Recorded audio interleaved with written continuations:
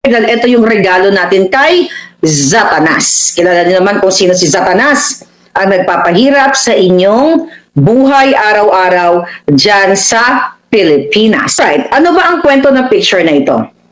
Mga palangga, taliwas sa pagdidiin ng mga jutang ginimes na legislators na tagapagtanggol ng mga Digimon, okay, ay ang reyna at hari ng Pogo walang iba kundi si Bangag Jr. at ang kanyang asawang Adictos Benedictos. Lahat na, name it, rolled into one nga, sabi ko.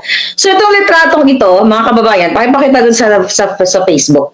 Itong litratong ito, medyo malabo lang ilalayo kung ganyan. Alright? Pero explain ko sa inyo. Mada-download nyo to ng malinaw doon sa Facebook page. Okay?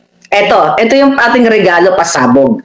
Sa picture na ito, mga palangga, okay, nasa gitna, ahas. Pakita natin si ahas, ito lang. Ito. No, dito. No, I mean, sa YouTube. Right? This one, okay. So ngayon, okay, punta nyo na lang sa Boljakan. So kung makikita ninyo, si Liza Tanas ay nasa gitna po siya. Ayan, nasa gitna siya ng litratong itong hawak ko. Then, katabi niya si Cassandra Ong. Okay? Na pinangalanan dyan sa Senate and sa Congress na hearing na kung saan paulit-ulit na siya daw ay may-ari ng part owner o kasabwat dyan sa illegal na pogo sa Porac. Okay? Katabi siya ni Liza Tanas. So dito sa litratong ito na sinasabi kong regalo natin kay Satanas para patunayan nyo sa buong mundo, sa buong Pilipinas, kung sino talaga ang hari at reyna ng illegal na pogo. Okay? Sa litratong ito, makikita nyo, ulitin ko, sa kanan ay si Cassandra Ong, ay yun yung sinasabi ni Harry Roque na kanyang kliyente na isa sa representative o empleyado ng Whirlwind Corporation. Sa gitna ay si Satanas, sa kaliwa niya ay si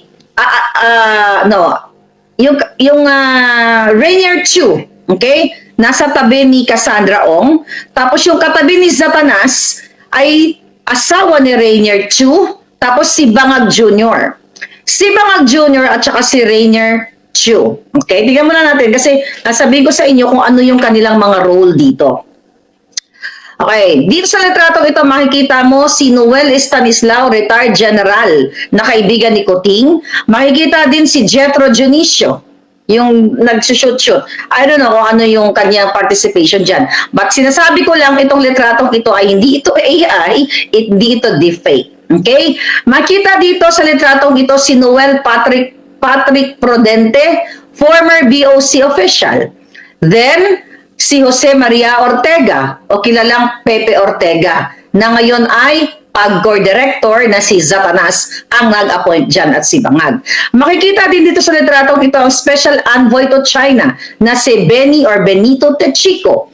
Then, ang Pogo owner na si Mr. Wu. Okay? Na paulit-ulit na pinangalanan doon sa hearing na ito. Tapos dito sa bandang kanan, yung Sandy Daza. Okay? I don't know kung ano yung mga participation nila.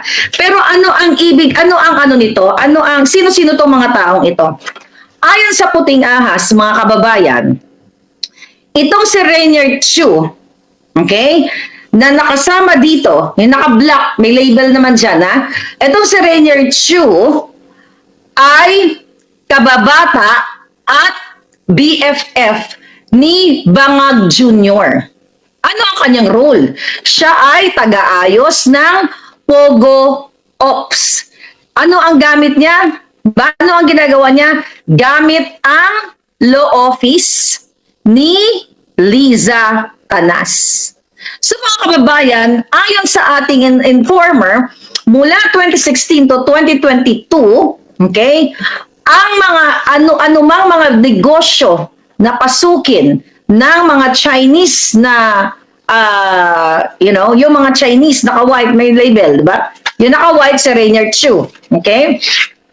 So ayon sa ating puting ahas, from 2016 to 2022, kung anumang mga negosyo, okay, ng mga Chinese na kasabwat nila Liza Tanas, na kaibigan niya, na gustong ipasok sa Pilipinas, ay dumadaan sa MOST law. Sa MOST, di ba? Marcos, Ochoa, Serapio, and Dan. Remember that? MOST. So dumadaan ang lahat ng Chinese businessmen na kinukutungan ni Satanas ng bangag, dumadaan sa kanilang firm. Okay? So yan ang negosyo na ni Bangag, actually ni Satanas. Okay? Habang walang trabaho, si Marcos Bangag simula noong 2016 hanggang 2022.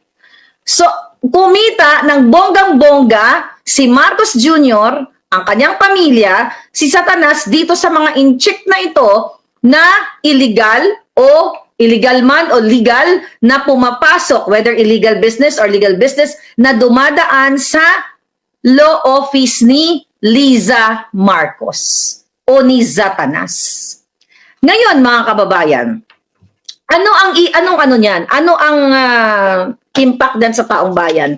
So sa kabila ng pag-hearing nila na mga yawa dyan sa Senado Kongreso, alam na mga ginayupak na yan na ang mastermind o hari at reyna ng Pogo ay si Bangag Jr. at kanyang asawa, si Romualdez at silang pamilya. Dahil itong si Chu, ayon sa ating source, okay?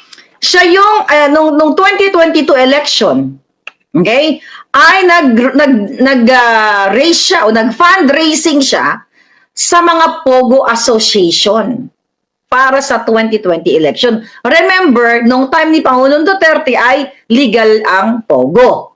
Alright? So ngayon, may mga illegal man dyan. Okay? Pero ito, ang pinag-uusapan natin, itong si Rainier Chu na naglikom o nag-fundraise ng pera, mga palangga, na umabot, 2 beses nag-fundraise sa mga Pogo operators sa buong Pilipinas at nakalikom siya ng 750 million pesos. Actually, yung unang fundraising siya, 2. Yung una, ayon sa ating source, ay 250 million. Then yung second fundraising niya ay umabot ng 500 million pesos. So ngayon, mga palaga, saan napunta ito? Binigay at dineliver sa bahay dyan sa Nara, sa Forbes Park, ayon sa ating source, kung saan inabutan ni Lisa o inalok ni Satanas si Cathy Binag ng polboron na nung saan tinanong niya, what do you want? Remember that? So doon din dineliver ang 750 million pesos during election or campaign period. Kaya hindi totoo itong mga jutang ginimes dyan ang ginagawa nilang hearing-hearing kasi inonse nila yung mga taong ito, yung mga Pogo operators na legal na nag-operate in the past. Ano ang nangyari? So dahil nalaman, according to our source, dahil nalaman ni Kim Wong, isa pang operator, kilala nyo yan, very controversial, di ba? Doon sa, multi-million, okay? Na perang na in-scam. Was it Bangladesh? Okay.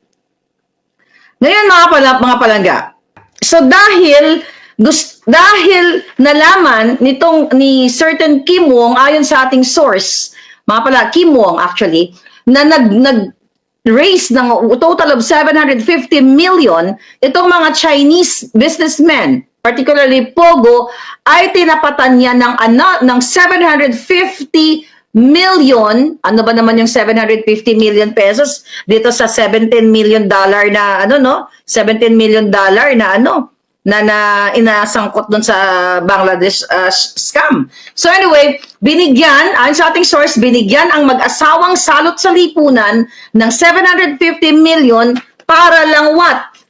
Para tablahin sila Rainier Chu, sila Mr. Wo, at iba pang mga Pogo operators para pag sila ang naupo ay wag i-renew ang kanilang license to operate dito sa Pogo sa Pilipinas. So, ibig sabihin, napaka-traidor talaga ng mag-asawang Bangag at mag-asawang salot sa lipunan. Bakit kamo? Imagine nyo, binigyan sila ng 750 million. Pero tinapatan ni Kim Wong, ayon sa ating source, so nakalikom sila ng, nakakulimbat sila ng total of 1.5 billion. 1.5 billion pesos ang kapalit ng 750 na tinapat, wag i-renew ang kontrata nila Mr. Wo, mga palangga. Mr. Wo. Okay? So ngayon, mga kababayan, ganito kalupit ayon sa ating source ang ginawa ng hari at reyna ng Pogo.